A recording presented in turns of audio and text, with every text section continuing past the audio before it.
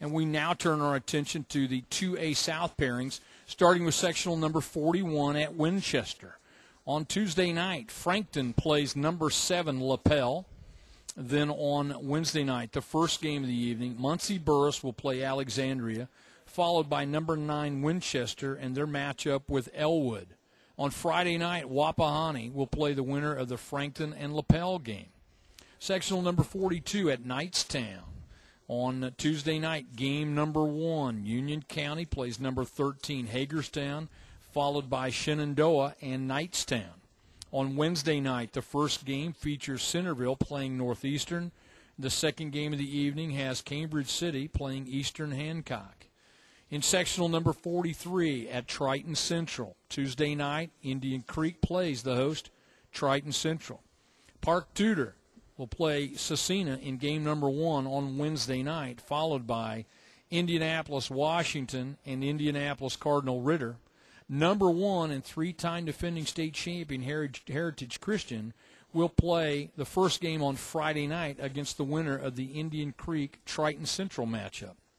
Sectional number 44 at Milan. Tuesday night features North Decatur and South Ripley. On Wednesday night, game number 1 is Lawrenceburg and Milan, followed by the Switzerland County Southwestern of Hanover matchup. Hauser will play on Friday night, game number 1. Their opponent will be the winner of the North Decatur South Ripley game. At sectional 45 at Linton Stockton, on Tuesday night, Bloomfield will play Eastern Green. Game number 1 on Friday night at sectional 45 will be the Battle of Knox County. North Knox will play South Knox, followed by Linton Stockton and the winner of the Bloomfield Eastern Green matchup.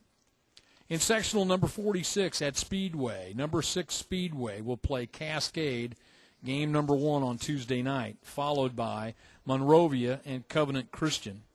The first game on Wednesday features Tri-West Hendricks and North Putnam, followed by Cloverdale and South Putnam. Sectional number 47 at Austin. Game 1, on Tuesday night, the only game of the night, Providence plays Paoli.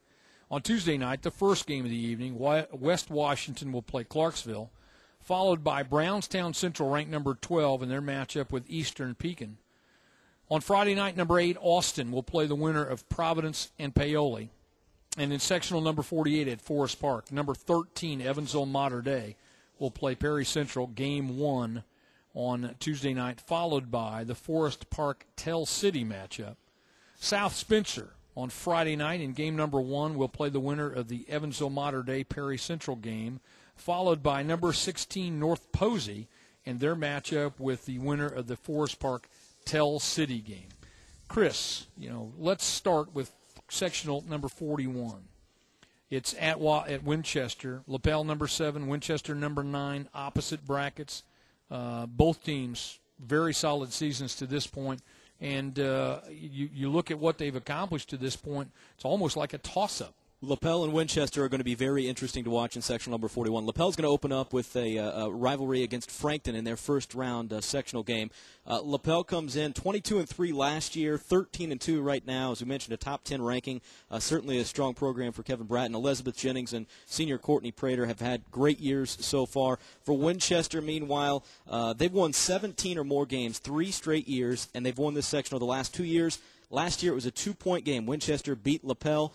Very likely could see a rematch in that sectional championship again this season. Yeah, sectional 42 at Knightstown. You had 3 teams pretty evenly matched. Hagerstown, Centerville, Knightstown.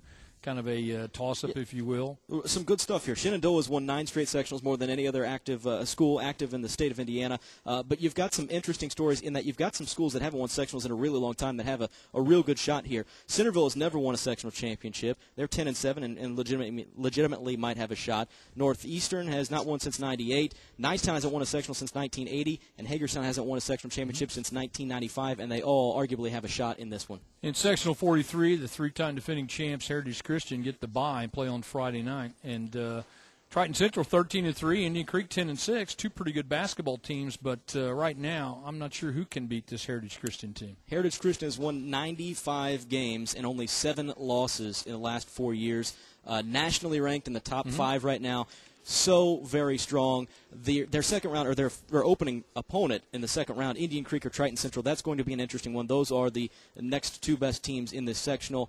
Indian Creek and Triton Central, really good teams, but probably being overshadowed by Heritage Christian in this one. In sectional 47 and 48, you have two ranked teams, again, in opposite brackets. In 47 at Austin. Austin has the bye. They play the Providence Paoli winner. Brownstown Central ranked number 12, taking on Eastern Pekin. And then in sectional 48 at Forest Park, Mater Dei, 13th. They're bracketed opposite number 16, North Posey. So, maybe not in that first round, but as the sectionals progress, you have some the potential for some great championship games. I really think all around 2A South, you have something to sink your teeth into. In sectional 47 at Austin, the host team is certainly the favorite there, ranked number 8. They're 15-4 this season, but one of their losses was to Brownstown Central by 1 point back in December. If things would work out, Brownstown Central would be a potential sectional championship matchup there. And at Forest Park, as you mentioned, Evansville, Mater Dei, Perry Central is another interesting matchup that we'll have a lot of folks paying attention to.